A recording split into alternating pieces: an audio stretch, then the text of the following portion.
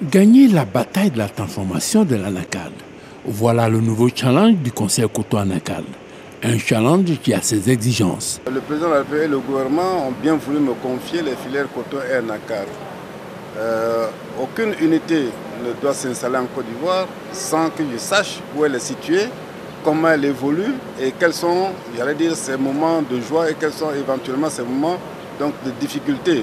Ces motivations ont conduit successivement le directeur général du Conseil coton anacarde et son équipe dirigeante d'abord à Toumoudi, dans la région du Bélier, puis à Niama, dans la banlieue d'Abidjan.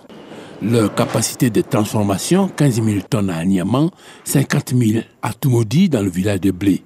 Cette dernière a une singularité. C'est au total une usine parfaitement intégrée qui part donc de l'achat des noix brutes de cajou, leur traitement, leur commercialisation et le traitement des coques.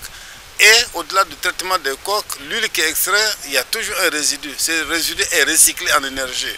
Les investisseurs, un père et ses deux fils, ambitionnent de faire de la Côte d'Ivoire une référence dans la transformation du cajou.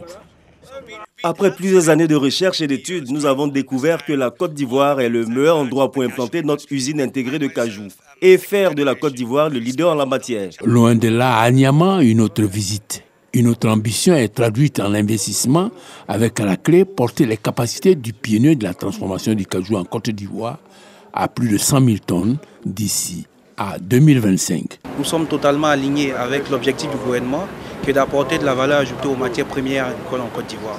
Donc à l'horizon 2025, notre capacité de transformation va doubler. On passera certainement de 50 000 tonnes à 100 000 tonnes de noix de cajou transformées en Côte d'Ivoire.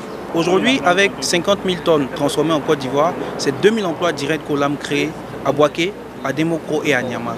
À 100 000 tonnes, nous créerons au Bamo 4 000 emplois pour des Ivoiriens sur le territoire ivoirien. Notons que pour la seule année 2021, 5 unités ont vu le jour avec plusieurs milliers d'emplois créés, en majorité des femmes.